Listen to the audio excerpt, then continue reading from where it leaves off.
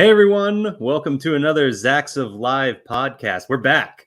We had a little bit of a break with no Marvel content happening for a little while, but as Austin says in the comments here, X-Men 97.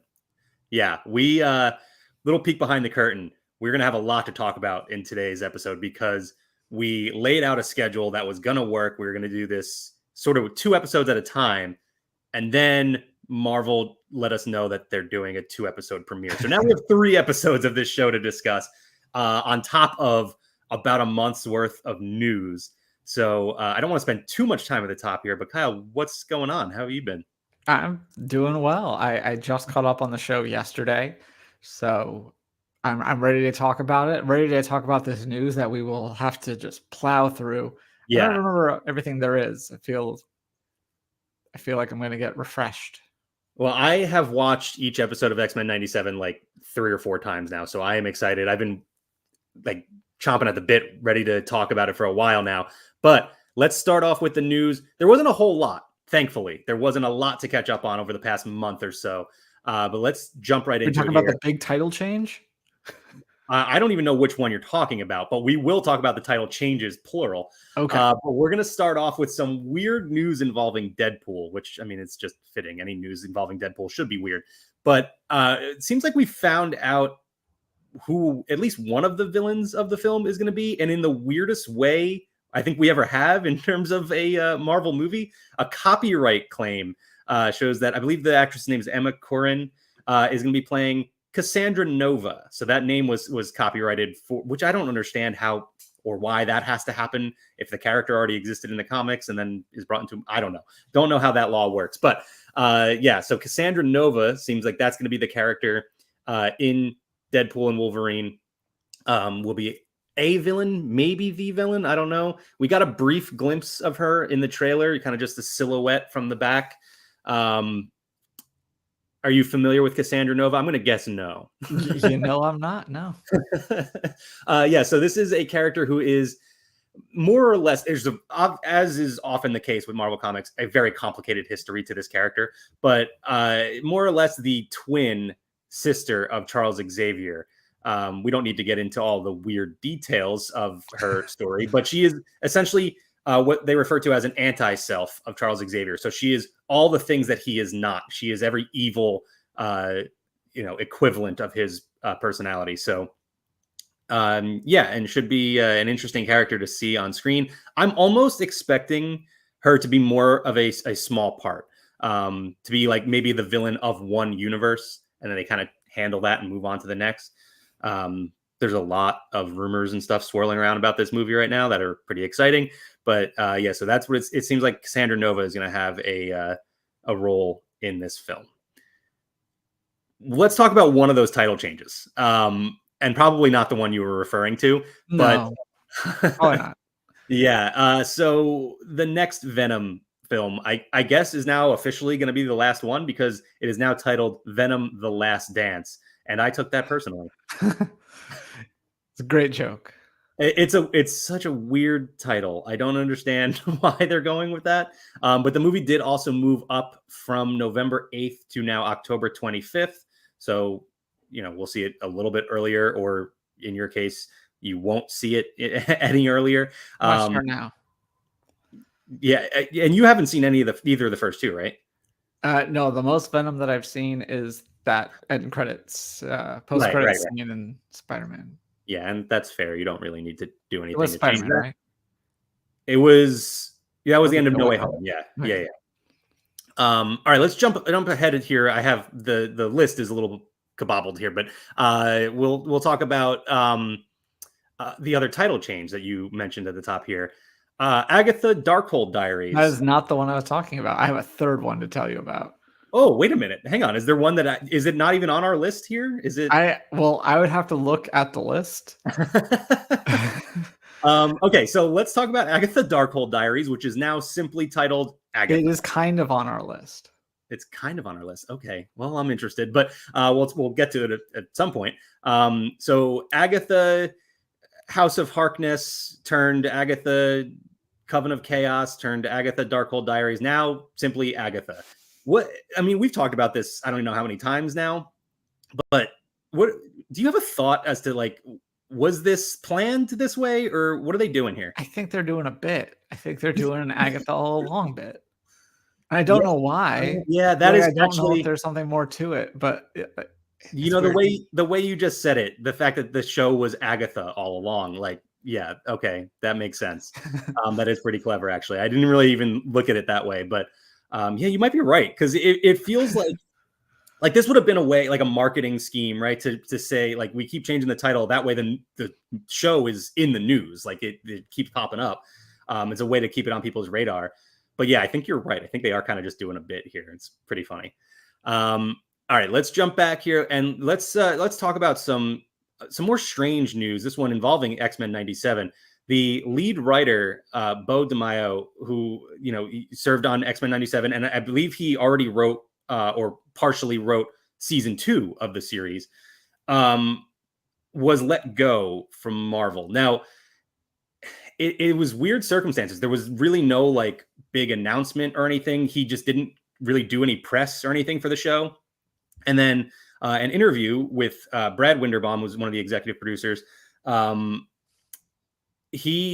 we'll talk more about that interview because there were some interesting tidbits from that. But he was asked about Bo's release from Marvel, and he kind of just played it off like, well, this is how it works in TV. Like, you work on a project and then you're gone. If you're not under like a contract that's a longer deal, then once the project is done, you move on. So I don't know. Did you make anything of this story, or is there more to it, do you think? There might be, but I haven't looked too much into it. It's not the type of project where, at least to me, where I was thinking about the person behind it that much, except for like the voice talent and stuff. You're just like, oh yeah, it's a continuation of the '90s show. So in my head, I'm just thinking the '90s people. I forget there's got to be like somebody else doing all of these things. So no, I saw that. I thought it was interesting, but yeah, I haven't looked more into it, and I don't really have any theories. But then I don't know if you're going to get to this, but I guess when they had a special screening at or some sort of event, like you showed up and didn't seem to be bothered about introducing the show. I don't know. Yeah, I think that was at so if you're referring to the thing, I think Scum and Villainy, is that what it was? Yeah, it was just a trivia night thing that some of our Laughing Place staff attends weekly. They had some of the voice cast. I believe the voice of Rogue was there answering questions, and then Bo showed up, and which I guess it was sort of an unofficial, like it wasn't like a Marvel run event or anything. So he just kind of showed up and answered some questions and things. So yeah, that was interesting. But yeah, just a weird story. I'm curious to see if he does end up coming back, because there has been talk about season 2. There's even talk about season 3 already for X-Men '97. So we will see. But I mentioned that Brad Winderbaum interview, and another interesting headline that came out of that is that he did confirm that a Nova project is in early development. So this is both exciting if you're looking forward to a Nova project, and also, I don't know the word I want to go with, like cautionary, because he did say they have a lot of things in early development. There's all sorts of projects in early development. That doesn't necessarily mean it will be developed. Like, it will, a lot of the stuff will end up getting cut and we won't see these finished projects. But we heard the rumors of Nova 2 years ago, I think, at this point. And now he's confirming that it is currently, still there. It's on the table. So that is interesting news, and I hope it does get made. And he did specifically name check Richard Rider as one of the characters, but there are multiple versions of Nova that could come to the MCU in the future. So yeah, I would hope that does end up coming to the MCU. We got a fun tease from an actor that will be coming to the MCU soon. And we, I guess, didn't have official confirmation from Marvel, but we pretty much know Jon Bernthal is returning as the Punisher in Daredevil Born Again. And he took to his Instagram and shared a photo of the children's book, the fictional children's book, which I actually just learned when this headline popped up. Did not realize it was not a real book, but he quotes it in Daredevil, one batch, two batch, penny and dime.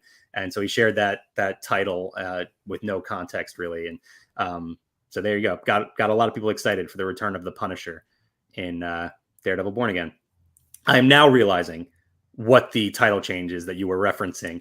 There was a video that was released yesterday, and Kyle, why don't you go ahead and explain this one? Yeah, so it was from the set of Thunderbolts, which now has an asterisk at the end. If you look at the tweet and in the set chair, Florence Pugh was dressed in her new Yelena outfit and just kind of saying hi, giving them some little teases that I haven't torn apart. I don't know if you've looked closely at it, except for the fact, I guess you didn't pay too much attention. You didn't notice the important title change of adding a stray punctuation to the end of it. I did watch the video. I didn't like go back and dissect it frame by frame to see if there was any. I'm pretty sure Marvel was not going to let anything slip in that video. Well, they're not going to let anything slip, but that doesn't mean they didn't put intention. Right. Well, yeah, but usually when they do stuff like that, it's more obvious and you don't have to pay too close of attention. But I looked, you can see like one frame of that they're editing in the background. And it's just Yelena just standing there really. So what you're talking about is we saw the chair with Thunderbolts written out in a different font, which maybe they changed the logo, whatever. And then there's what appears to be an asterisk at the end of it there. I don't know. In the tweet too. So it's not just a weird detail. It's in the tweet. It says Thunderbolts asterisk. Okay. Gotcha. Yeah. So that's interesting. I wonder if it's, I don't know. I don't know how they're playing that. If there will be like a sort of a subtitle to the movie that gets added later. Maybe it's like Thunderbolts and Sentry or something. I don't know. But yeah, it was a fun video though. I recommend going and checking out the Florence Pugh video. If for nothing else than the fact that she's awesome and, just always fun to see more of her. Let's move on to a couple other little bits before we get into X-Men 97 here. Marvel Day at Sea will return to the Disney Dream in 2025. That's it. There's a whole list of itineraries on laughingplace.com. You can read more about that right now if you're interested. I would love to. I have not gotten to do Marvel Day at Sea yet, and it seems awesome. But you can also check out the Laughing Place YouTube channel for some of the fun from Marvel Day at Sea, some of the shows and things like that. And then we got a little bit of video game news over the past past month. One of them yesterday, and that was Marvel Rivals, a new player versus player PC game in development. They showed an announcement trailer for it that looked pretty cool. Did you get a chance to check that out? I haven't yet. It's a PC game. It's probably not something I will play. I wonder if it'll eventually, be shared to other platforms. But it looks pretty interesting. It's like a 5-on-5 Marvel heroes and villains battle. And it's like set in like it's almost like a Call of Duty or like that sort of game, but with Marvel characters. And looks like it has a pretty wide roster of characters too. Like you see, obviously your Hulk, Doctor Strange, Iron Man, characters like that. But then there's also like Penny Parker in there. And you can play as Loki and some of the other villains. And there's a whole story with Doctor Doom as well. And you can read the whole, the plot of this game on Laughing Place right now. But it seems interesting. Again, it would have to expand past PC for me to check it out myself. But I'm not. You don't have like a $2,000. That's probably cheap for a gaming computer.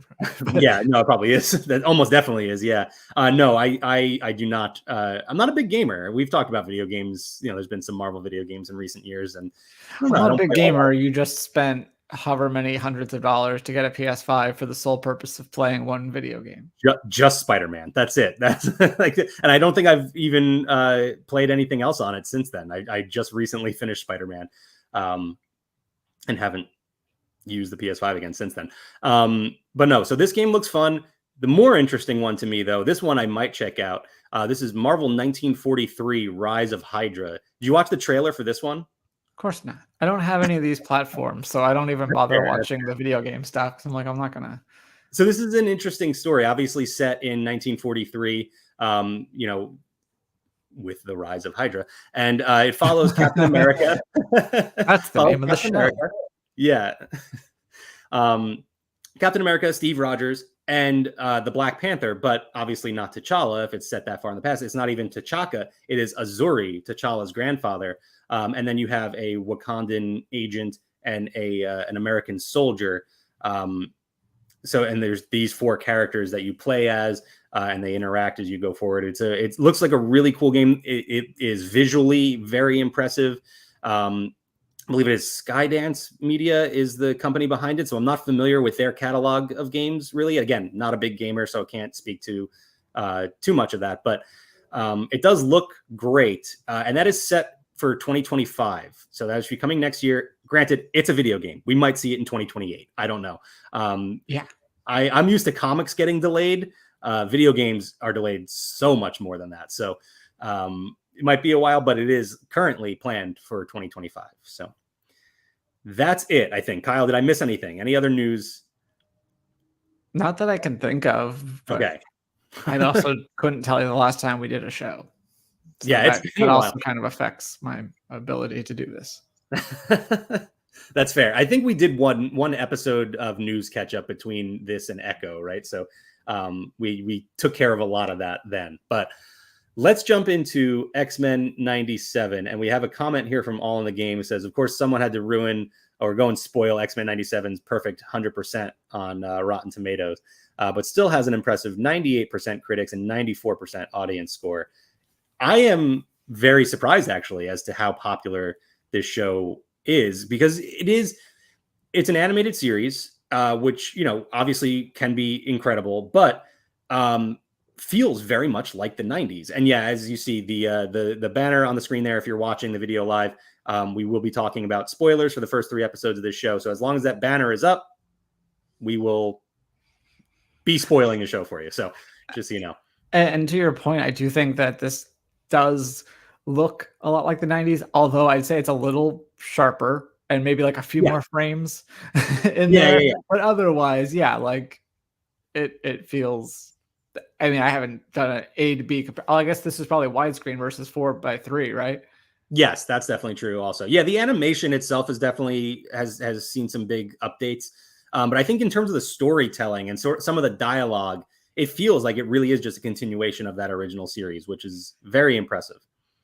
There's some things that I think, I wouldn't say it's like adult, but it's probably stuff that you couldn't have done on Saturday morning.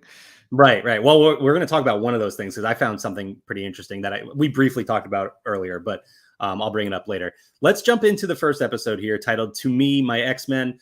And so this show picks up pretty much right where we left off in the original series. By the way, Kyle, have you ever watched any of the original animated series? So I watched it as a kid, when I encountered it. Definitely remember the intro and the broad strokes of the characters, but never watched it straight through. We did not too long ago. We watched a few episodes and then, of course, never got around to actually continuing that rewatch. And then at C2E2, we saw the voice cast. It was like the 30th anniversary. So they had a panel of some of the stars and they talked a little bit about it. But yeah, I've never watched it all, but I definitely know of it and have fond memories of it as a kid. Gotcha. So yeah, the new series picks up right where the old one left off with the quote unquote death of Charles Xavier. I feel like I need to point it out. I've kind of hinted at it a lot in my episode recaps, but Charles Xavier didn't die in the end of the original series. He was taken by the Shi'ar Empire, who are an alien race who are friends of the X-Men, because they have the technology to keep him alive. He just can't return to Earth. So I wouldn't be shocked if we see Charles Xavier, just throwing that out there. And not in the way we have, but it yeah, not in the way that we see him in this first episode. But let's jump into. So this is with the X-Men are basically trying to cope and learn how to deal with what they do without the leadership of Charles Xavier in this show. So before we even actually get into the episode, I want to talk about the new Marvel animation scroll, which was pretty cool. I don't believe we saw anything like that in, I guess, what if would have been the only thing that would have featured something like that. And I mean, this seemed entirely new to me. And you see some the same way that the Marvel Studios scroll has sort of those images in the background. We see some old like 1960s Spider-Man. We see some Fantastic Four in there, Silver Surfer, and then you get to some what if and some fun stuff like that. So pretty interesting that was added in. And then, of course, the new intro, which features just a slightly updated version of the original theme song. It's still incredible. It is also streaming now, so you can listen to that. And I have several times. So I thought it was interesting, though, and I'm curious to know how much of this you noticed, that the intro changes with each episode. So I thought that I noticed that, but you kind of talk yourself out of it. You're like, oh, was that in there last time? And then you're like, well, the rest of it's the same, so it must be. So yeah, the answer is I noticed and just talked myself out of it. Yeah. So I mean, we'll jump around until a I little read bit your recap, and then I was like, okay, right. Yeah. Yeah, I've made it a point to highlight this in the beginning of every recap because they are different. The first episode, Magneto's not really in it, and we'll talk about it later on. But he does get added. He's the very first top billing as they go through the characters, sort of intros with the big name like they had in the classic intro. They also Can I tell you what my favorite segment is of the intro? And it's when they're running and it just goes X-Men, X-Men, X-Men. Yeah. And that is lifted from the original perfectly. A lot of I remember certain the Beast thing. Yeah. Most of it is. I would say it's probably 90% just the original intro. They just added some new things. Morph and Bishop have been added to the intro. They were never part of. Morph was part of the core team for some stretches of the show, but never had his own name come up in the intro.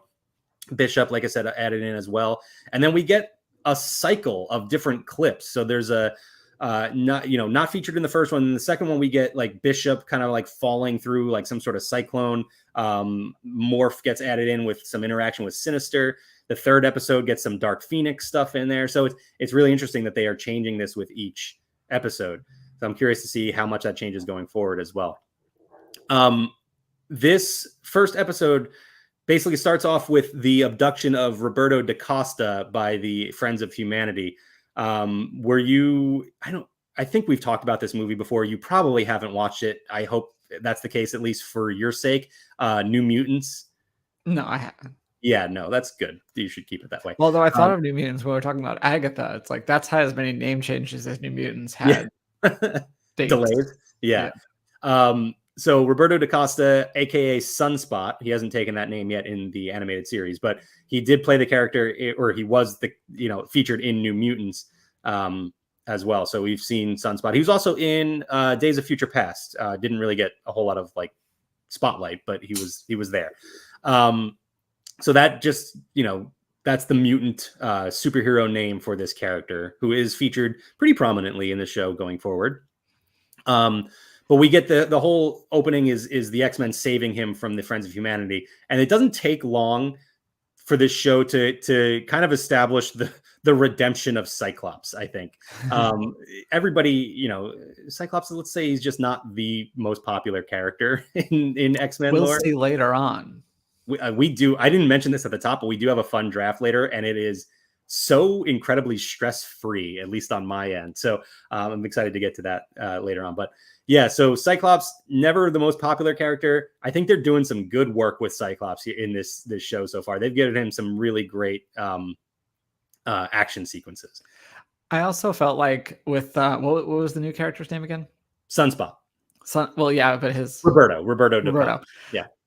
I feel like a lot of his scenes are kind of meant to re-emphasize what the allegory of X-Men is. For a modern audience to be he says in the first scene, he says, oh, I was just born this way.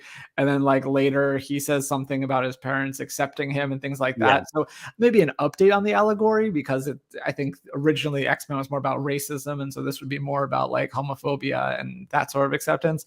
But I did kind of feel like they put a lot of that, I don't know exactly what to call it, but that having him kind of re-hit those points, if you were watching this new and didn't realize that the X-Men was supposed to be a metaphor. Yeah, and it's interesting you brought that up, because I didn't really think about it, but going back to the original series, Jubilee really fit that role. That's what she was. And they're kind of partnered together on this. Exactly, yeah.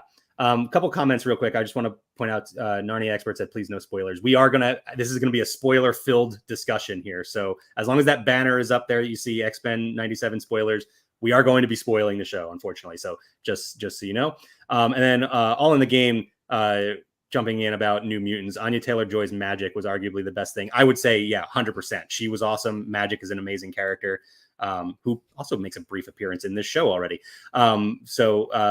Well, kind of, again, via Morph. But yeah, agree 100%. She was fantastic. So we get the Cyclops rescue scene, and we see one little Easter egg that I wanted to point out. And this was actually shown in the trailer too, and I never really got a chance to talk about it. But the Daily Bugle kind of flies by the screen, and you see a few interesting headlines. One is Spider-Man a mutant is the big top story. And Spider-Man misspelled, by the way, no hyphen in there. So great work. What is this, a universal parking garage? And then another interesting story references the Hellfire Gala, which is essentially Marvel meets the Met Gala. You've been to it. I have been to it. So they introduced it in comics in the last few years, and then D23 actually did it as a live event in San Diego Comic-Con, and it was amazing. You can check that out on Laughing Place, actually, on laughingplace.com. You can read all about it. But yeah, so you get a mention of the Hellfire Gala. The photos are from Peter Parker, and the story is written by Eddie Brock. So a couple name drops in there, only fueling the fires that a lot of fans are hoping that the 90s Spider-Man series gets a revival as well. So we'll see. So we like I said at the top, we are joining the X-Men at a time where they're sort of in disarray. They don't know what to do without Charles Xavier. And then Charles Xavier walks in. And how much now, so you said you were a little bit familiar, at least with the original series, but how much has Morph thrown you off in this show already? I think most of the time I have a feel for it, and it is interesting that you mentioned that he's in the credits now, because I'm like, I knew that he was in the original show, but I didn't remember him in the credits. So I guess again, I should just trust my instincts on these things. But no, like I usually am able to catch it, and I appreciate him. Yeah, it was this one didn't throw me off necessarily, but there was a moment later in the second episode actually that caught me off guard for a second. But it was cool to see him walk in as Charles Xavier. He then reveals himself to be Morph and gives you that signature high-pitched laugh, which was awesome to hear again. And then Jean walks in, and information we knew from the trailer, but we get the reveal that she is pregnant. So that is sort of a big plot point in the early going of this show. And then we hear later on that she's talking to Scott, and she wants to leave the team. She wants to go off with him and raise their baby in a normal-esque life. We'll talk so much more about them and their baby later on, but this is one of the interesting things I thought that, you said some more adult themes and stuff. The original series would have, and this was the case for so many, excuse me, like 90s series, and I think even more recent like children's series, they don't use the word kill. They'll say destroy or something along those lines. And Storm lets Roberto know that the Friends of Humanity will find him and they will kill him, and like kind of hits the word kill pretty hard too. So I thought that was interesting, and I'm curious to know your thoughts on that. Yeah, no, it's something you asked me about, and I was like, that sounds like it's a thing. That totally sounds like it's a thing, because I know Disney Channel has a hang up on the word like saying "oh my god," and so actually one time I was on like a Disney pilot, and they're like, okay, just make noise in the background, like react to this, but don't say "oh my god." Like that was the one thing we couldn't say. I mean, they trust you not to swear. Yeah, but right. So it sounds like a thing, and I totally believe that it is. And there's other ones that we'll talk about that someone says dang, and I'm like, yeah, I don't think you would have said dang. Like it's a harmless word, but it's still just over the line for at least 90s cartoons on daytime cartoons. So yeah, I think you're right. I don't have any proof of it, but I believe you. Yeah, it's interesting. I wonder if it could be a timing thing. It could also be TV versus streaming. I don't know if that's what comes into play there. But yeah, this is on. I think it's the network code in 90s television versus the fact they could do whatever they want now. It's not really a kid show. Right. That's fair. But of course they want to keep it on the one side of the thing. The line. Yeah. Yeah, it's just interesting. I'm curious to see if we get more of that going forward, because this is the only instance I noticed personally, but we'll see. I think there was some others. I since you asked me, but I think they say kill and other things. Okay. They say dang and they say crap and they say hell. Yeah. In terms of the place. Right. Yeah. Yeah, because that did great. I'm just jumping all over the place. Max going in order. I'm all over. I mean, I'm kind of jumping around a little bit too, but we are introduced to which this is such a trope of just cartoons, movies, whatever. But we're introduced to Valerie Cooper, who is a obscure character in the comics that I don't think has any real connection to, she's very different here, but she's like a UN representative, and the UN is used as like a military organization here, and it's just very strange. But she's talking to Scott and Jean, and they're explaining that the Friends of Humanity had Sentinel tech and all this, and they're trying to figure out what's going on. And she mentions Madripoor, which I thought was interesting. I'm so curious to see how much this show will connect to the MCU. We already had What If sort of brought into live action with Captain Carter. So now I'm curious to see if we get the animated series as well. This Dr. Cooper is the one that's voiced by the lady who did Rogue in the original series, not Rogue, sorry. Jean Grey. The Jean Grey voice is different. And that's interesting as well. I'm not sure what the reasoning is for that. I didn't see anything about that really. I don't know if you did. I didn't, but you mentioned that Dr. Cooper is kind of an obscure character, and I feel like maybe they just put her into this so that they could give that lady a role in this reboot. Yeah, perhaps. I mean, they obviously needed that. It's not a reboot. They needed that sort of that character to be that sort of bridge to whatever organization, for some reason the UN. But it is interesting that is the voice. They also make it a point to let you know that love triangle is still there between Jean and Scott and Logan. That whole dynamic is still very much there. The classic meme, one of the classic Wolverine memes with Jean and Scott in the background. I like that they made sure that is still a piece of the puzzle as far as the character dynamic is concerned. So we find out that Henry Gyrick is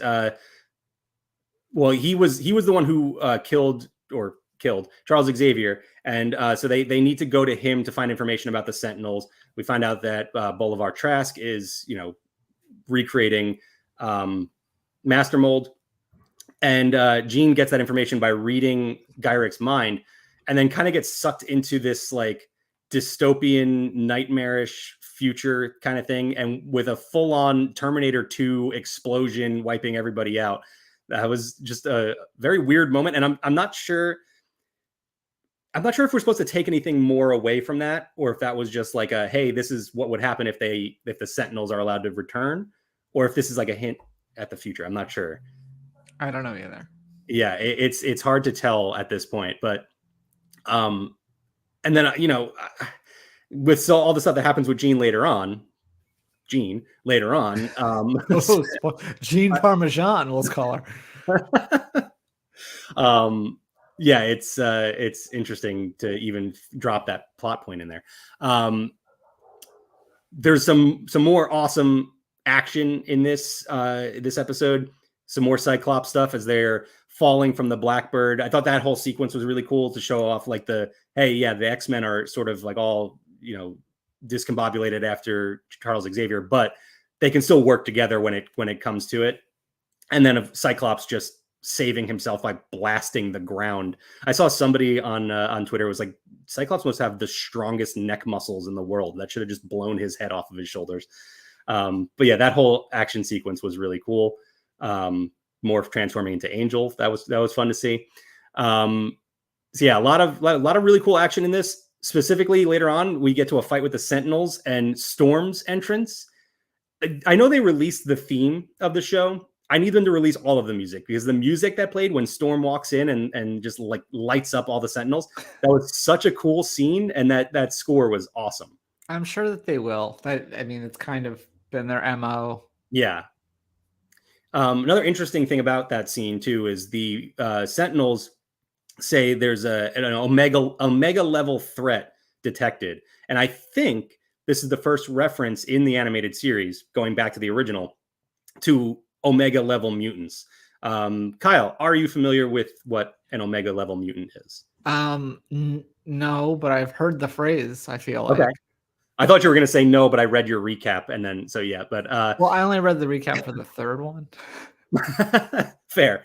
An omega level mutant basically just means that there is no mutant with the same abilities to a higher degree. So Storm is an omega level mutant because she can control the weather to the highest better degree than anybody else. She's the first chair of Storm. Yes. Yeah, exactly. That's a good way to put it, actually. She's like first chair weather control. Magneto is an omega level mutant. Iceman is an omega level mutant. So like it can be like Jubilee's like firework powers. Yeah, they're lame, but she could be an omega level mutant because there's nobody else with better hand fireworks than her. I don't know if she is though. I don't believe they've said that she is an omega. She is in my book. She might as well be. Who else has those powers? So we get the whole fight sequence with the Sentinels, and then we end with a cliffhanger, which the show has been doing so well to this point. The cliffhanger that we knew already from the trailer, that Magneto, everything Charles Xavier owned, he left to Magneto, and that includes the X-Men. So he has taken over as their leader. And then it's also something that they talked about when they first announced the series, or soon after. Yeah, like I feel like that was yeah. Yeah, so we knew that one coming for a long time, but it was still very well handled. Character art reveal or something like that. I think that's what it was, because he had the whole new look that we've seen in the show very early on. So that brings us to the end of that episode. I mean, I don't even know.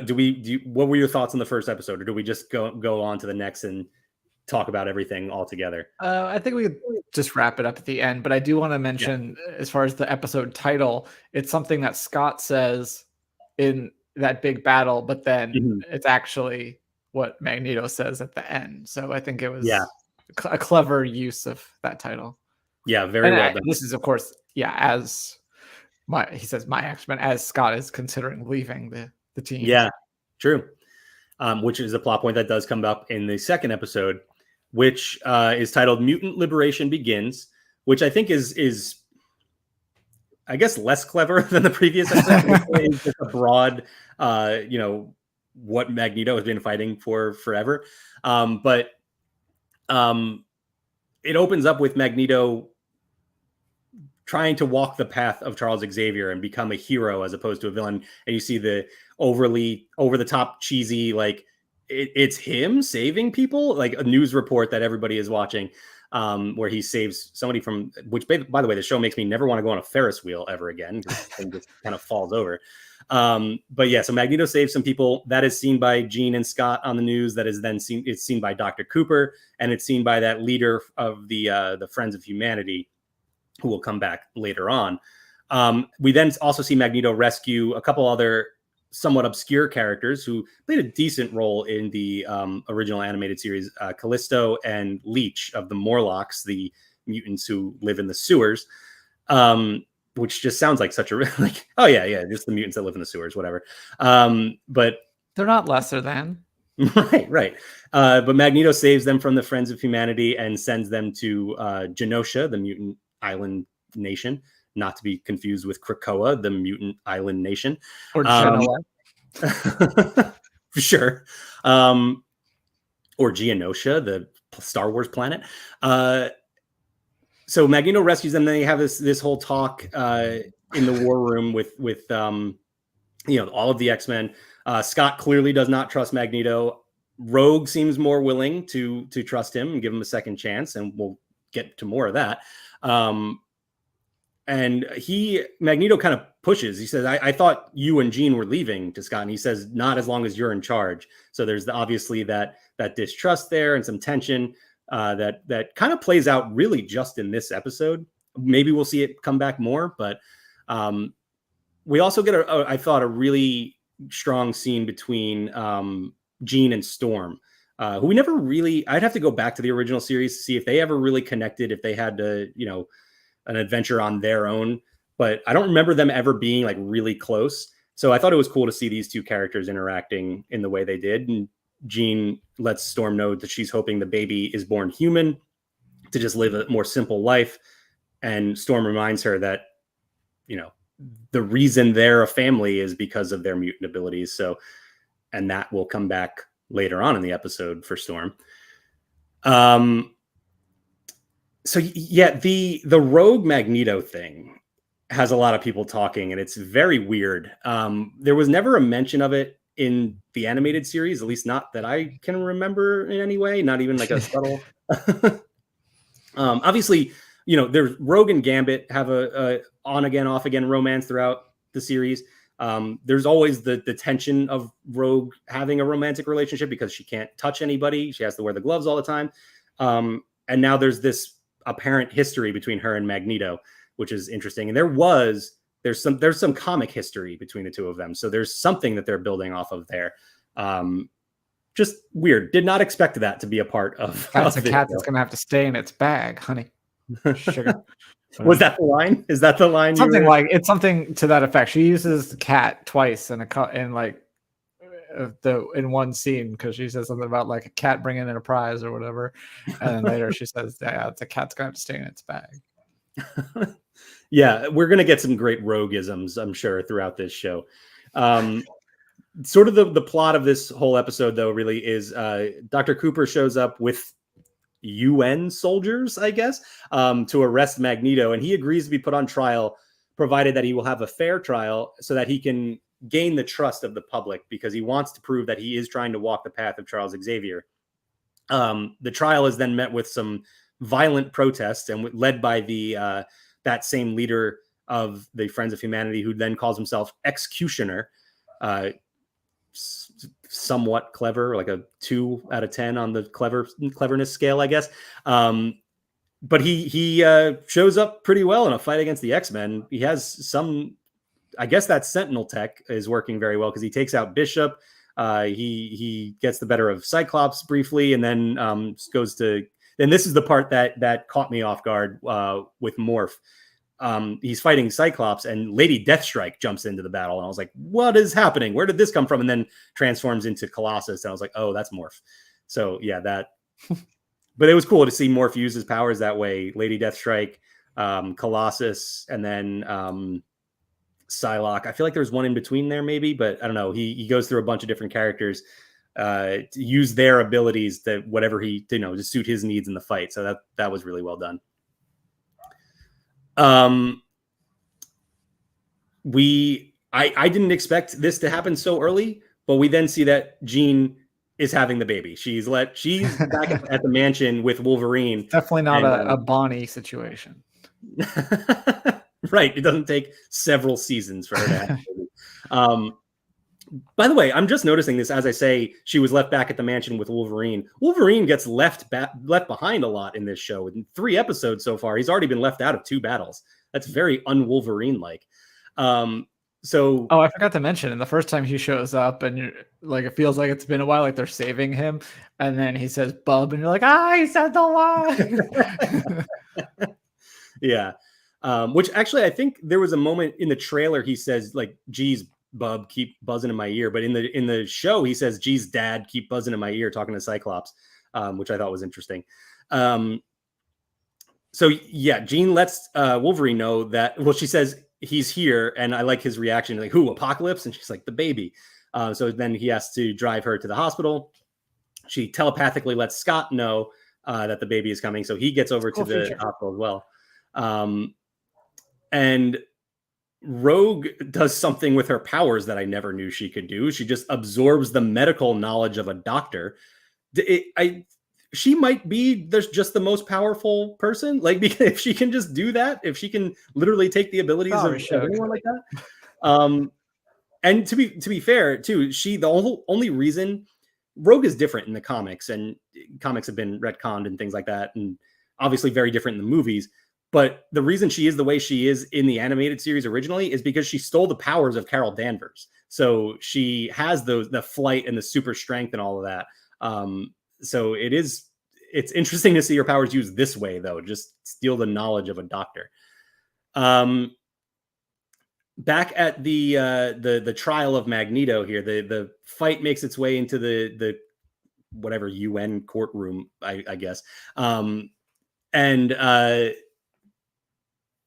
the Executioner takes a shot at Magneto with some technology that's going to neutralize mutant abilities. Storm jumps in, takes the laser, and her powers are gone. This is a story straight out of the comics, except it's Rogue that she saves. It's a story called Life Death. It involves Storm losing her powers and trying to cope with I mean, it's a really deep story. She's coping with like suicidal thoughts and just trying to get back to where she was. And Forge, another member of the X-Men, helps her to recover. And again, we will talk more about that later. But Life Death is an episode title, or 2 episode titles actually coming up. So we know we will get to that story. Magneto. I do want to mention something about the trial of Magneto, though. Yeah. My favorite line is in this scene where the guy, one of the people on behind the desk, says something. He's like, "Your soundbite indignation does nothing to whatever." That spoke to me. Yeah, that does feel like a Kyle line. That makes sense. We should cut that and use it for a drop. I don't know what to use it for, but we'll find a way. Are you going to make a soundbite out of the soundbite indignation? Yeah, no, exactly. That's exactly it. So Magneto, seeing what happens to Storm, kind of rages out and takes the judges, takes Valerie Cooper and Executioner kind of up into like the limits of Earth's atmosphere and threatens to kill all of them, but says, tries to gain their trust, lets them know he is really trying to be better. And I forget how he gets to this point, but that line of "don't make me let you down" hits so hard at the end of that. So I thought that was really, really good stuff from Magneto in this show so far. But yeah, he spares them. And then we see that Magneto has been pardoned and Genosha is welcomed into the UN, which makes me wonder if they're going to get to House of M, but that's another discussion we can have another day. You mean Giancarlo Esposito? Yes, Giancarlo Esposito is welcomed into the UN. And then we find out from Beast, who is just constantly running tests on various members of the X-Men throughout this show so far. Beast lets us know that Storm's power loss might be permanent. And so we get this emotional letter that Storm leaves for Jean and lets us know that she is leaving the team. We see, the montage of her leaving, and it ends with Morph just like, I don't buy it. She's going to come back anytime. And then the doorbell rings. He goes to open the door for her, and it's Jean. And Jean is already in the room. So there's 2 Jeans. And my favorite thing, though, is that she comes in, she says, "I need the X-Men," and then she faints, because every X-Men fan of the original series knows that if Jean does one thing in this show, it's fainting. That's what she does best. So it didn't take long for us to get our first Jean faint, and we get multiple in the 3rd episode as well. Anything else from the 2nd before we jump into the 3rd? We got to try and burn through these because I know our guests. No, I don't think I have anything else in the 2nd. Okay, so let me just say first then that Fire Made Flesh, the title of the 3rd episode, this is my favorite episode by far. I thought this episode was awesome. It took everything in me to not say, "Kyle, you got to see episode 3 before you saw the first 2, because I know what I did to you with Moon Knight." But I tried to not say, again. "See, now." But yeah, this is it because it's a horror one? So you're like, Kyle, you need to watch the scary. It's not scary if it's animated, but it is like got some disturbing imagery in it. It definitely does. And now that thought that you just threw out there challenges me here. Is there a scary animated film out there that I haven't seen? I don't know. I'm not sure. I'll have to look into that. Get in the comments. But yeah, no, I loved the horror elements of this. Mr. Sinister has always been one of my favorite villains. So the inclusion of him here. And this is a comic story that, like, at its most basic form is awesome. It's so good. But it's comics, so it's way overly complicated and drawn out and told in so many different ways. They did an amazing job. And actually, I will cite a text I got from Jeremiah of Laughing Place after he watched the episode yesterday. They took one of the most complicated comic stories and in a half hour made it perfect. And I think that's absolutely right. I thought they did such an awesome job with this story. So yeah, let's get into it. Jean, and we're just going to jump in and take Morph's terminology here. We're going to call her Jean Doe from now on, from right now, at least, because it's going to change several times. Jean Doe, unconscious, getting tested by Beast, because that's what he does. Our Jean then reads her mind to sort of get a feel for what's going on here. She sees that there's these vague memories of like a dungeon and laboratory, and then she gets scared out of it by a cackling Mr. Sinister. And so we see that, you know, he is behind this. They don't know yet at the time.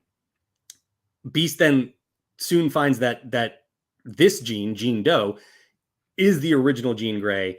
And then our Jean, you know, argues back, doesn't get support from Scott right away, which I thought was really interesting. And kind of in the moment too is like, oh, they just undid all the cool stuff they've done for Cyclops. But you kind of make him Weasley again. But we have this dynamic of she doesn't really know who she is. There's this, they establish that she's a clone. And then Sinister comes in over the baby monitor, which was so creepy and so perfect with that dark, you know, deep voice. And then actually appears there too and kind of sets Jean off. You see this green glow to her. And I don't even know. I'm trying to decide where to come in with the information here. I guess I'll just jump into it now. In the comics, this is, again, played out much more complicated, in a much more complicated way. But this Jean clone goes on to become Madeline Pryor, aka the Goblin Queen, which she adopts the Goblin Queen very quickly in this episode. Does not adopt well-covering garments, as we learned while looking for photos of her. Yes, it was difficult to find a feature image for Madeline Pryor for sure. But so Madeline Pryor is a clone of Jean Grey. She has all the abilities of Jean Grey and the memories of Jean Grey. And the comic story is, like I said, more complicated, but it's also more heartbreaking because she actually does go off with Scott to live with their baby, Nathan. And Scott kind of, pulls away from their relationship because Jean comes back to life. So as she so often does. So it's a really interesting story between them. But so she is Madeline Pryor, the Goblin Queen. She's incredibly powerful. We see that sort of on display in this show or in this episode. Sinister appears and starts to wreak havoc throughout the X Mansion. Before that, though, actually, we get a scene of them, Morph, Gambit, and Wolverine leaving the Danger Room, and Morph starts to tease Gambit a little bit about the whole Rogue Magneto thing. So I guess that's been showing up more for the rest of the team to see as well. Yeah, that was also a little, I don't know if I want to say risque, but I was just like, yeah, I don't think they would have done that on Saturday. Yeah, no, more adult theme there. I think you're right about that. And this is where the horror movie really starts to kick in because the Goblin Queen starts to take over reality in the X Mansion, and we see Jubilee and Roberto watching a movie or TV, whatever, and the characters turn directly to them, and a creature crawls out of the TV, super creepy.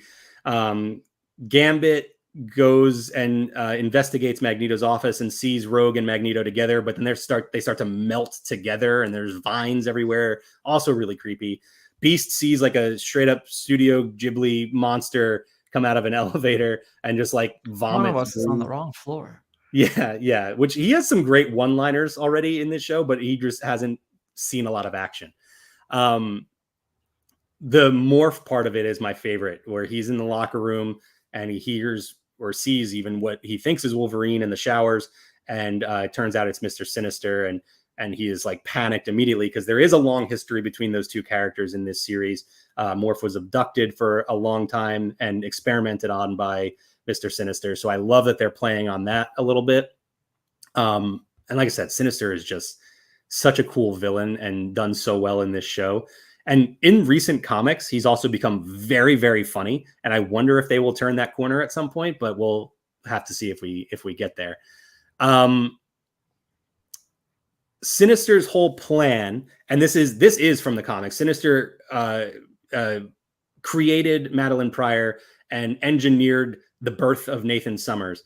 And his whole plan was to create a living weapon. In the comics, it's to destroy Apocalypse. Here, we don't really have a specific reason. He just wants this all-powerful. He wants to destroy Apocalypse, the movie. Yes, yeah. Which, please let Sinister win. So yeah, he wants to create this all-powerful mutant that he can control in Nathan Summers. So he gets the Goblin Queen to basically abduct her own baby for him. And we should mention too, he has like a mind control over her. It seems like she's acting mostly out of her free will and with her own memories and things like that, but he does pull some strings. So we see him start to experiment on Nathan. And I'm realizing I didn't even mention really much of anything about Nathan, but we'll talk more about him. And then we get a really cool fight with the Goblin Queen. Again, Wolverine left back at the X-Mansion. Not a part of this. But Cyclops, we get Morph transforming into magic there for this fight, which is really cool. And then he gets mind controlled and fights Bishop. Magneto gets overpowered by Madeline, which is a kind of a show of like, yeah, this is a really powerful character to take seriously now. And then you get this emotional fight between her and Cyclops. So I thought that was all really well done. Jean Doe, who is now just Jean Grey, we know her to be the real Jean, telepathically attacks Madeline Pryor. And that kind of brings her back to normal, to breaking Sinister's hold on her. So then Madeline grabs Cyclops' hand and they go off to save Nathan. They rescue Nathan from just a vat of green goo because just, generic cartoon science experiments. And they scare Sinister off, but he lets them know you've doomed the boy. And they see that Nathan, with these adorable little baby coughs, is also covered in these green, like techno pattern. And you find out that he has been infected with a strain of a technovirus that cannot be cured, at least not in our time, and that he has to go to the future in order to be cured of this. I forgot to mention earlier, Beast has also been working on a time ban for Bishop to try and get him back to his own time. Conveniently, he has this working now, but just enough juice to send only Bishop and Nathan into the future. So the show can happen. Go back to New Jersey in the 1970s and get some more Pym particles. And... Right, that's how that works. So they have that heartbreaking decision. They have to send their baby off into the future, and Scott can't bring himself to do it. He was abandoned as a child. His father went off into space, into a whole other complicated story.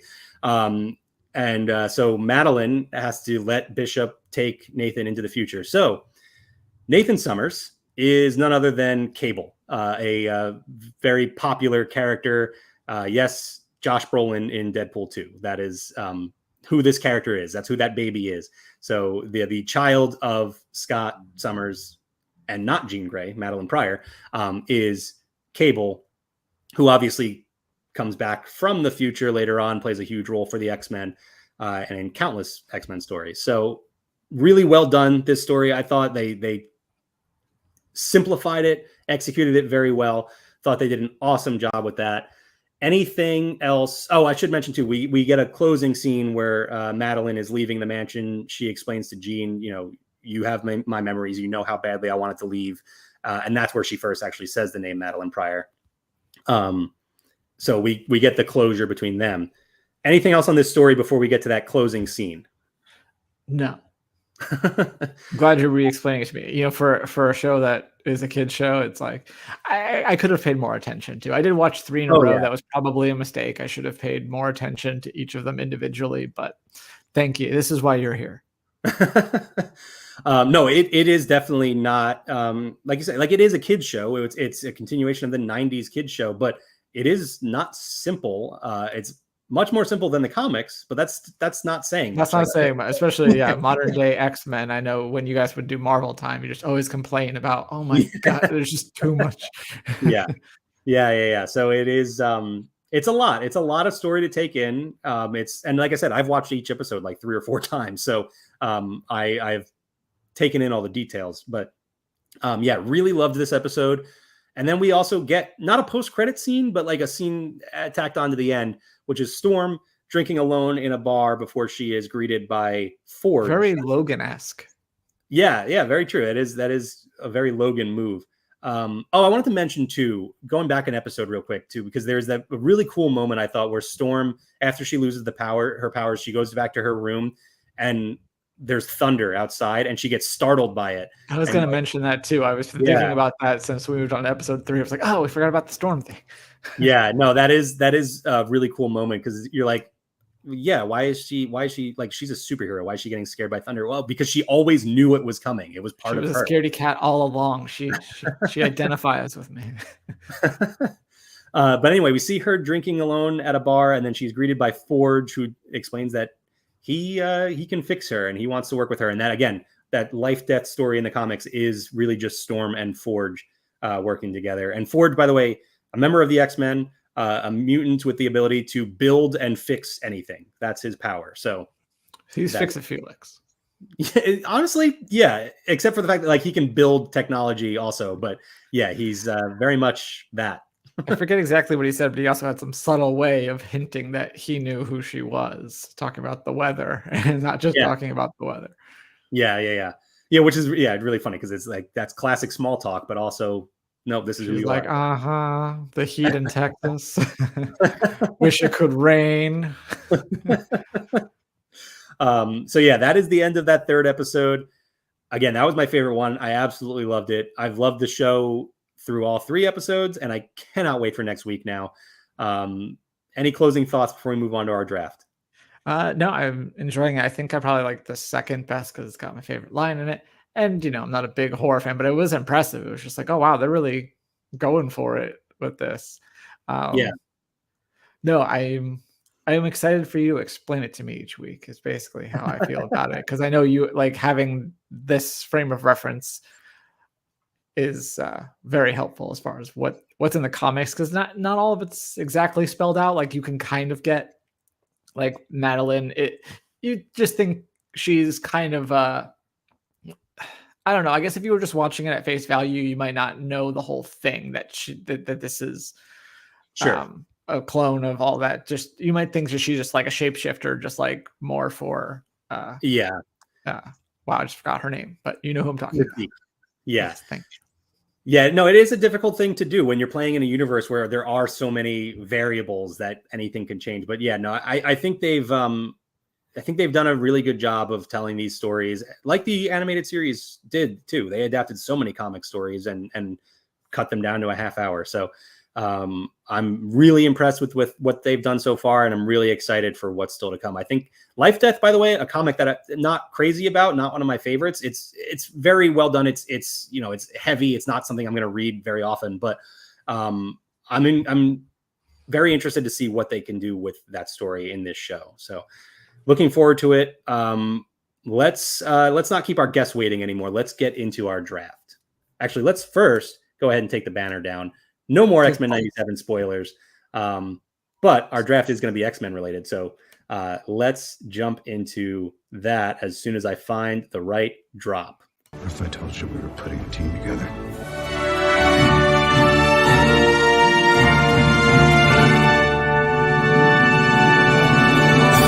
Assemble.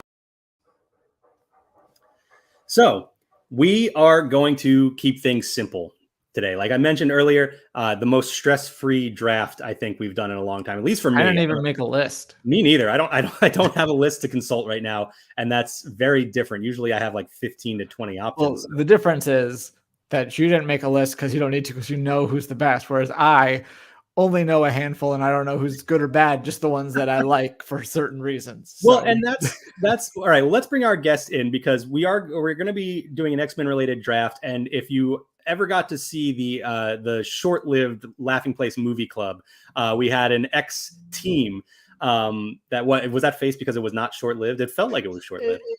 I guess in the grand scheme of things, it was short-lived. It felt like it was longer lived than the TV club.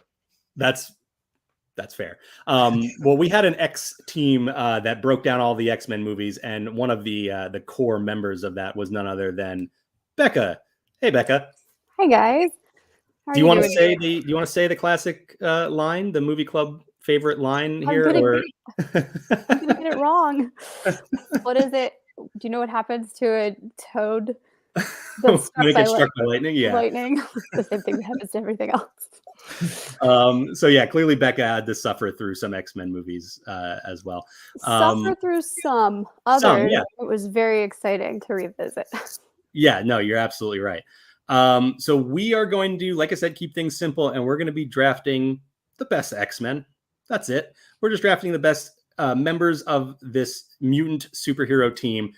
Best, completely subjective. This could be whatever you want it to mean. You're drafting the most powerful team. Are you drafting based on the number of arms the characters have? I don't know. Whatever you want to do. Bekah, you have done this. I don't even know how many times at this point. This is episode number 84. So you've probably been on like, I don't know, 20 episodes. But Not quite that many. Math is not my strong suit, but you know how the draft works is my point. Do you want to go first, second, or third? Oh, you know what? I like being right there in the middle, so I'll go second. Second. Oh, I think that Kyle, that gives me the first pick then. And you will be third. Oh, did I do that? It's fine. I like to double up. That actually it puts me in a Song weird you spot. sure mixed a lot. Getting stuck in my head instantly. Oh, I wish we're past the days of me like heavily editing the podcast, but I would have put that drop in there after that. All right, so I'm going to start us off here, and this is, I mean, it feels like the chalk 101 pick. Not my favorite character by any means, but listen, I'm gonna try and win the polls. I'm gonna take Wolverine. Imagine that. Like I said, not my favorite character. I think he does have an interesting story, but becomes kind of tedious after a while. Like he keeps doing the same thing. He keeps taking the motorcycle and running off to the lake. Being angry and Canadian, that's what he does. That being said, I'm really excited for Deadpool and Wolverine to see him interact with Deadpool on the big screen. That should be a lot of fun. But We've seen it Wolverine. before. I don't know if Are we getting X-Men Origins? No, that does not count. Yes, I am forgetting X-Men Origins. That's what I'm hoping for, at least. drinking till you get. That's what he says in one of the two end credit scenes. Well, if you would have watched Deadpool 2, you would know that movie has been erased from the timeline. So, and my memory by that same logic. All right, Bekah, you chose to go second. Who's your number one pick going to be? Yeah, I should pick smartly, but I'm going with one of my favorites, and that's Nightcrawler. That's who I was going to take. Oh, good. I'm glad then I did that because I didn't think I thought he'd be around for a while, but no, I like Nightcrawler. Yeah, not so familiar with the comics, but I like both versions from the early 2000s films and then the revamped franchise. Yeah. Great character. I love that he can, jump anywhere. Yeah, no, it's an awesome character. I mentioned this recently on another podcast, actually, which I'll give him a quick plug. And I'm sorry, I'm forgetting the name of the podcast off the top of my head, but Mike C's podcast, not Laughing Place related.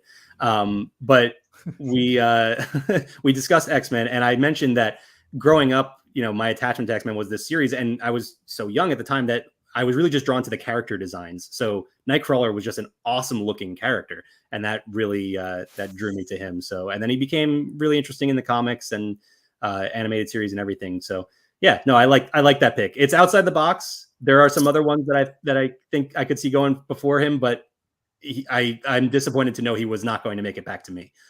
Oh, good. All right, Kyle, back-to-back picks now. As you said, you like to... I'm going to go style over substance for both of these. First one is one that everybody loves, mostly, but while having the silliest power, not second silliest power, because I'm taking the silliest power after that. No. Gambit is my first pick. Okay. I love it. Cool. Throws flaming cards. Awesome. Yeah. But also, what?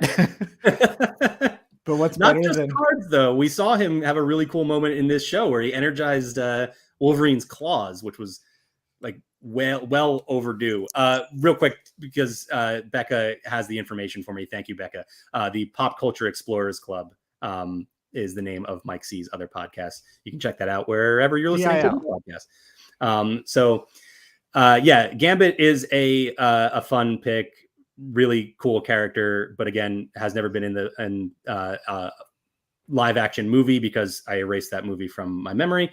And also, we named Jess's dog after Gambit, so some heartfelt connection to that character as well. Now, you said that was the second silliest power.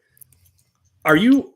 I have a weird thing about what I think the next pick is going to be here. Maybe. I don't know. I'm kind of chickening out on it, but no, I'm going to do it anyway because this is the coolest looking character. If I was going to get anything like that I think of the 90s, I'm going with Jubilee. Yeah. Okay. So the weird connection there is that my first dog was named Jubilee. So you just drafted our dogs. That's all. Makes sense. Jubilee is a character that was hated on a lot with the original animated series, but deserves some more credit. She is a really cool character. And while she's probably not that useful in a fight, although she does save Roberto with her fireworks and blows up that nightmarish creature. And was the star of that disco. Did you notice that, by the way? The animation seemed very different in that one moment where she's like doing her pyro thing. I wasn't paying attention to the animation, but when Gambit and Rogue were like up on the rafters or whatever it was, catwalk, whatever it was, I noticed the colors. I mean, obviously the colors on his face kept changing, like with the lights in the club, and I just thought that was really smart and must have been pretty tricky to like. Yeah, I mean, maybe not, but to. No, I'm sure there was some animator. I'm sure there was some animator there. Like, really? Do we really have to add this detail in there? I appreciate it, X-Men animators. No, Thank 100%. you. Absolutely. So was anyone else actually thinking about taking Jubilee, or there was probably no reason for me to take that second? All right, I will just spoil this because I'll probably end up wearing it for the next podcast, but I almost wore a Jubilee shirt today for this episode. So yeah, no, she was on my radar for sure. Probably wasn't going to be picked just depending on who else gets picked, but we'll see. Bekah, you have Nightcrawler to start off your team, and you're back up now.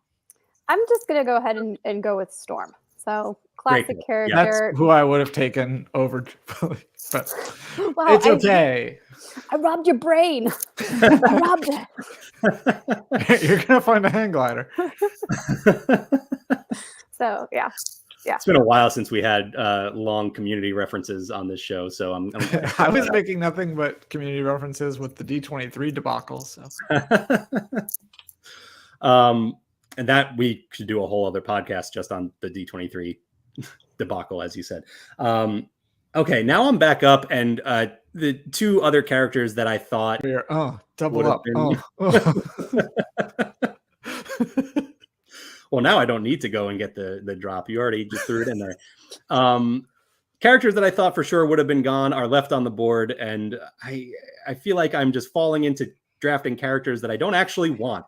So I'm not going to entirely do that. First, I'm going to do with one of them.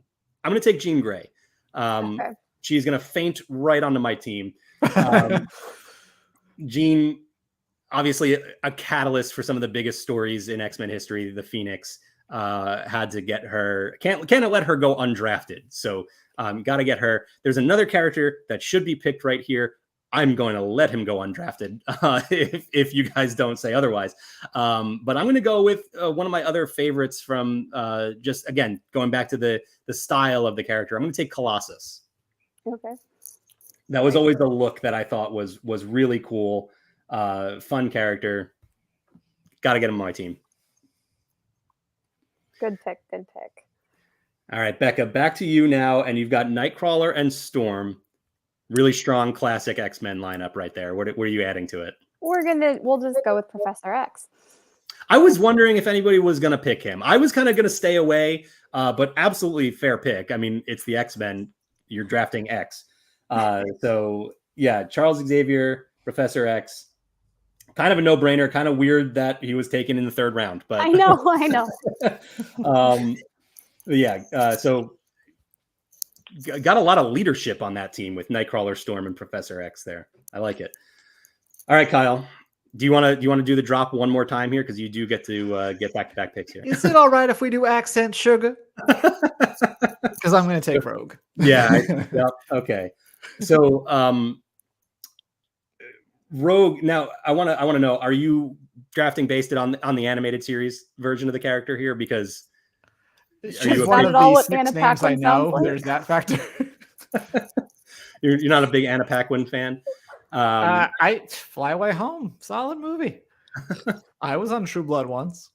Yeah, I got to visit the bar. I've never seen an episode of True Blood, so I don't know. I have neither. I just know I was on the bar, and but after this, you can check out Laughing Place's True Blood podcast. So I wish I had a good, clever, like 80s sitcom True Blood name to come up with off the top of my head there, but could not. Okay, so Rogue, good pick. The character that will make it so that my wife will not rewatch any of the X-Men movies.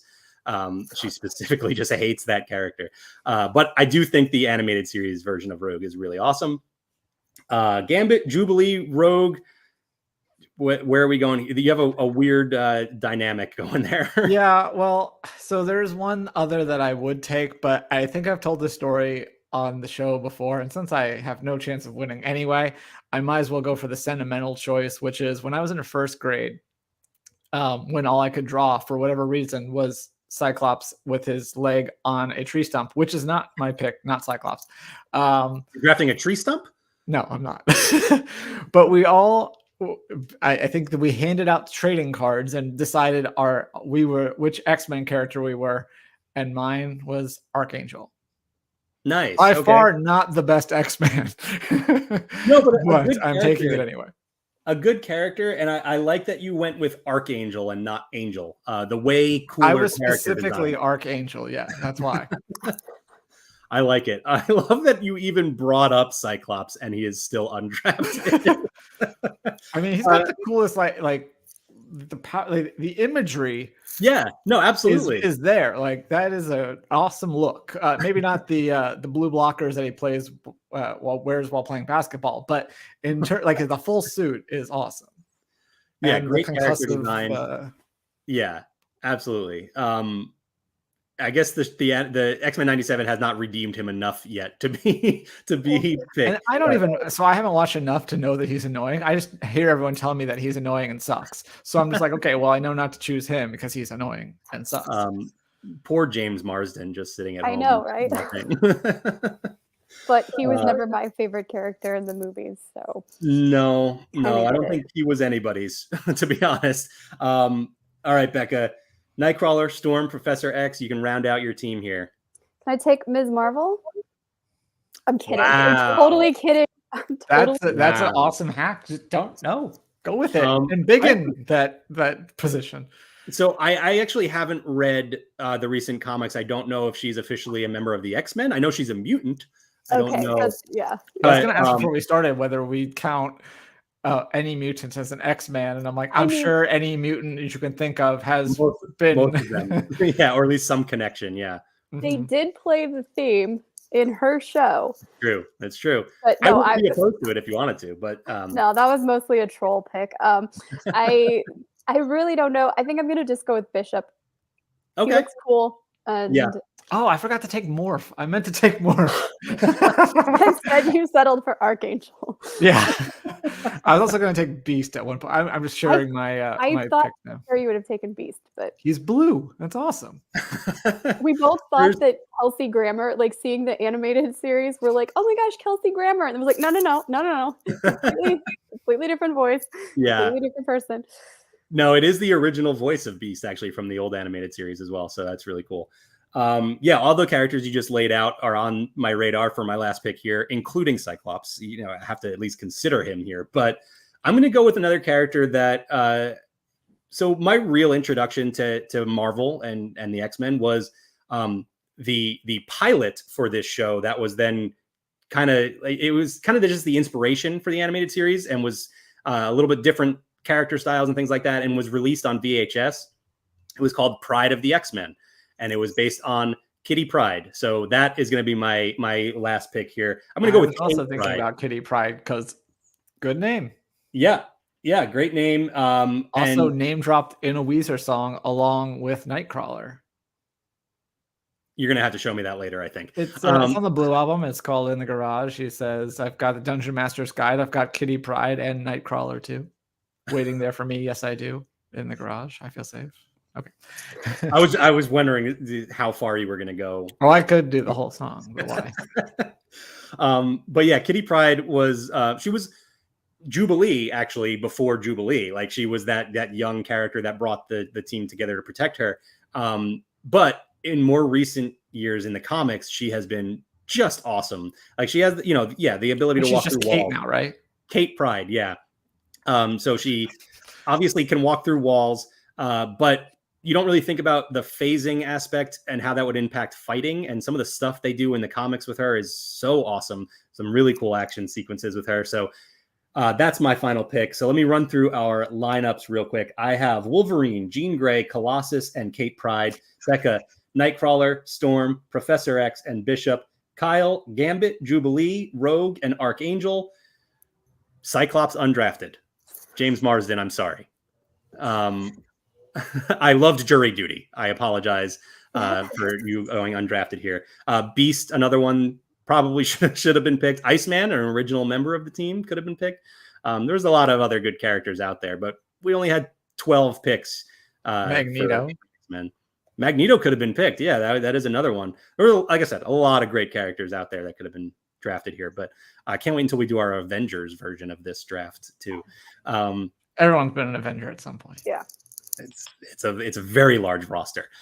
Bekah, thank you so much for joining us again. What do you have going on? Barely Necessities still showing off all the merchandise. Yep. Yeah, we'll be doing that on Tuesday. I will say today not today. Today they revealed it, but pre-orders open on April Fool's Day. Yes, like Deadpool.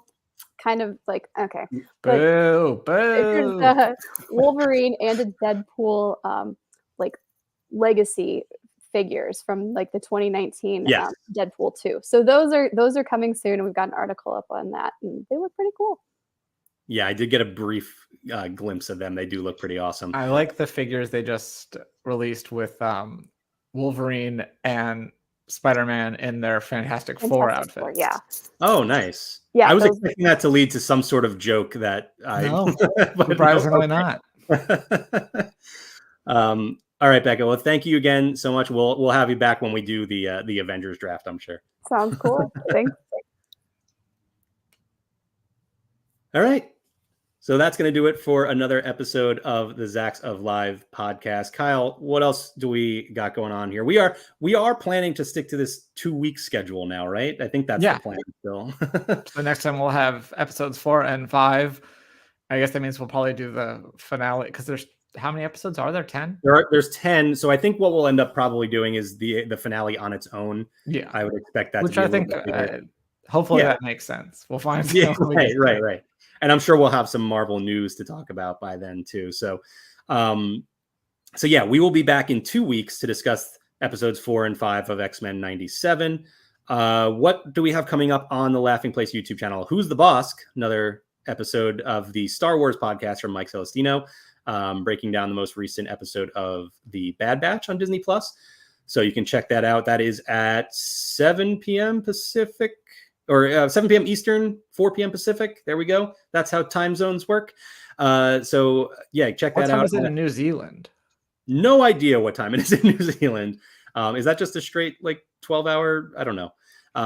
It's like tomorrow, but it's like 20 hours ahead or something ridiculous from Pacific. I don't understand how space works. We will be back in a couple weeks. Kyle, anything else before we wrap things up here? I don't think so.